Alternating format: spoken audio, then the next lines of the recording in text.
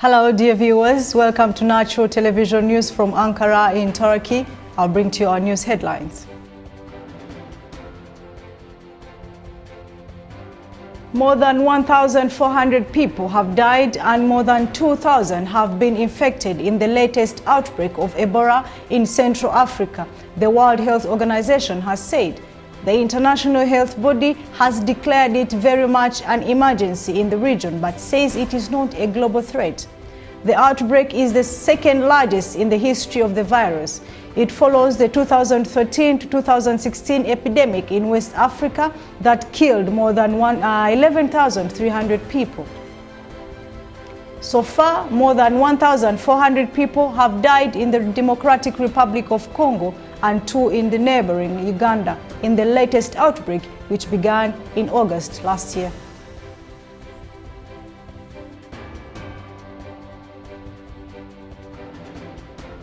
The pilots of the Ethiopian airline plane that crashed in March with a loss of 157 lives were not at fault, the airline's chief executive announced. Criticism of the crew's actions were seriously misinformed, Gabriel Mariam said. He was responding to claims from a U.S. congressman that mistakenly said the pilots were a factor in the aircraft's failure. The Boeing 737 MAX went down just 6 minutes after takeoff in Addis Ababa. The loss of Ethiopian flight ET302 was the second fatal accident involving a 737 MAX in the space of 5 months. A near-identical aircraft owned by the Indonesian carrier Lion Air went down in the Sea of Jakarta in October 2018. Preliminary reports into both accidents have suggested that they were triggered by a flight control system deploying at the wrong time due to a photo sensor. Congressman Sam Graves, at a hearing in Washington last month, argued that facts in the preliminary report reveal pilot error as a factor. He went on to suggest that pilots trained in the U.S. would have successfully been able to control the situation. Mr. Teoldi said that Congressman Graves did not have the facts in his hands. The preliminary reports, he said, made it abundantly clear that the pilots followed the procedures properly. Turkish President Recep Tayyip Erdogan spoke at the Turkish Exporters Assembly in Istanbul. He notified the head of the Istanbul mayoral revolt set for 1 week. Mr. Erdogan noted that anyone who respects democracy and the law must approve the outcome of next Sunday's election.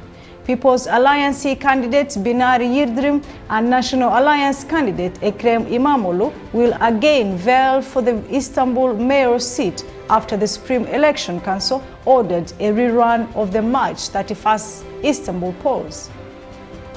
The results of the March vote were cancelled after the ruling Justice and Development AK Party and the National Movement Party MHP appealed to the council, citing irregularities and violations of election law.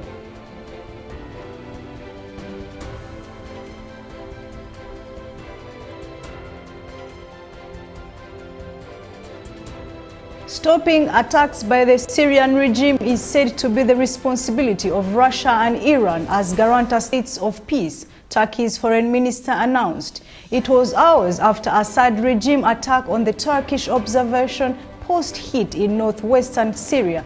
Although Turkey and Russia have agreed to stop actions of aggression and turn Idlib into a de-escalation zone, the Syrian regime has consistently violated the ceasefire, launching frequent attacks inside the de-escalation zone.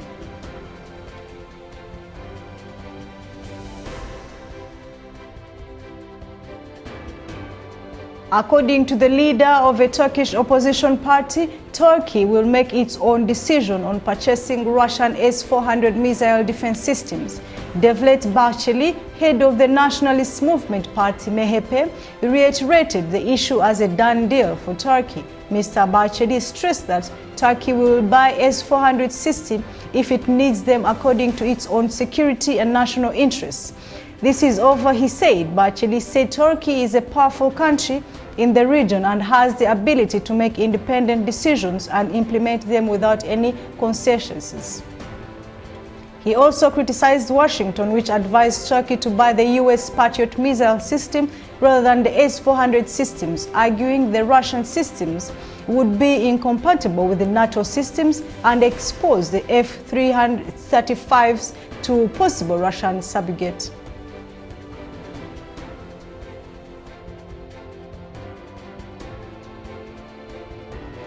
People released balloons in the air in North Macedonia during the event initiated by a platform called We Are the Love.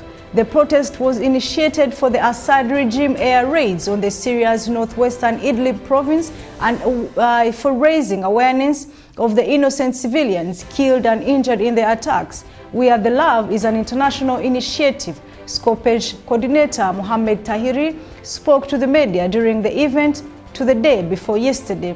Thousands of balloons took to the skies in 15 countries worldwide for a serious cause. The initiative is purposely for the raise of awareness to the disparate situation in Idlib, Syria.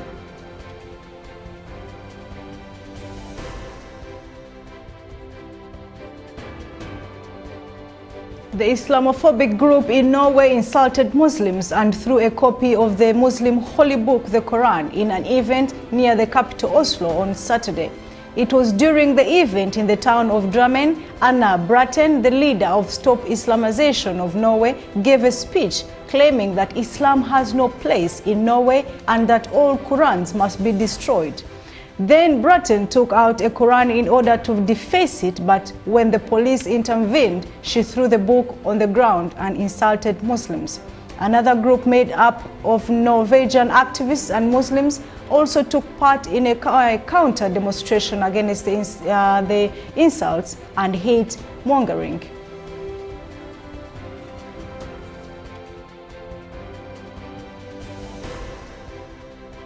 At least 9 people were killed and more than 25 wounded when a double-cap bomb blasted in the Somali capital Mogadishu over the weekend. The first cap bomb blasted targeted a security checkpoint near the parliament building and killed 8 people, and the second blast on a main road leading to the airport killed 1 person, according to Somali Police Commissioner Bashir Abdi Mohammed. Some 25 people were wounded and transported to hospitals for treatment. No group has yet claimed responsibility for the car bomb attacks.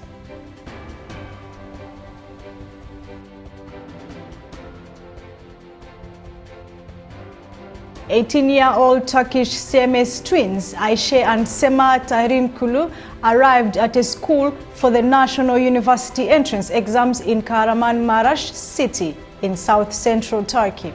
Millions throughout Turkey took university entrance exams on Saturday, but only 2 shared the unique bond of sharing a body.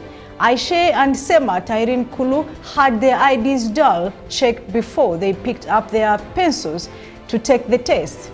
Ayşe said they are taking the higher education institution exam to gain admission to the college of their dreams.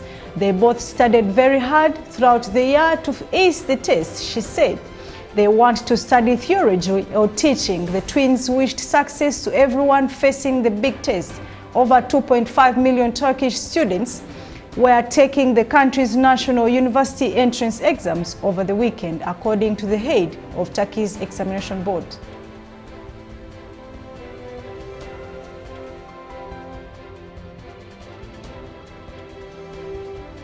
First diving took place on Saturday to a passenger plane lowered into the sea a day earlier in northwestern Turkey to boost scuba diving tourism. The divers took footage of the sunk plane, which has a length of 65 meters and wing width of 60 meters. Mr. Ozcan Arsu said the plane wreck will provide a great benefit to both the nature and the divers. Ozcan Arsu is a Turkish Underwater Sports Federation representative of Edirne. Arsu also said this has created an alternative area for divers and diving tourism.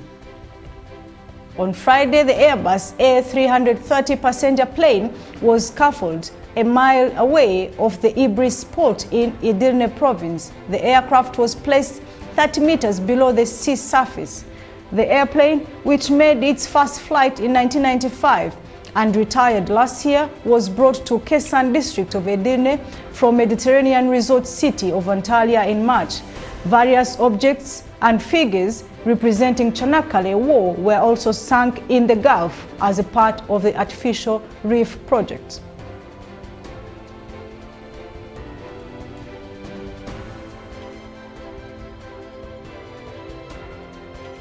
Ali Erbas, head of the Turkey's Religious Affairs Directorate, Diyanet, and Mustafa Ali Haji, head of Mufti of Bulgaria's Muslim community, attended the opening of the 14th century Ottoman Mosque, the oldest in Balkans, after restoration in Haskoy, Bulgaria.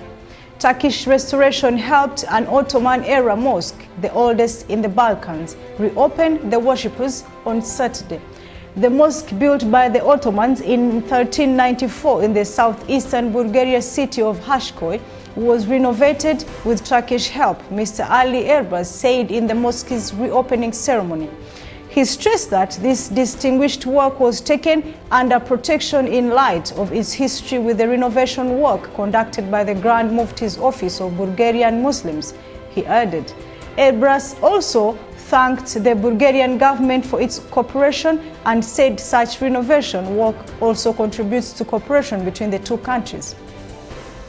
Also touching on rising Islamophobia, Erbas said despite all the negativity in the world, people should continue to voice messages of tolerance, peace, friendship, and fellowship.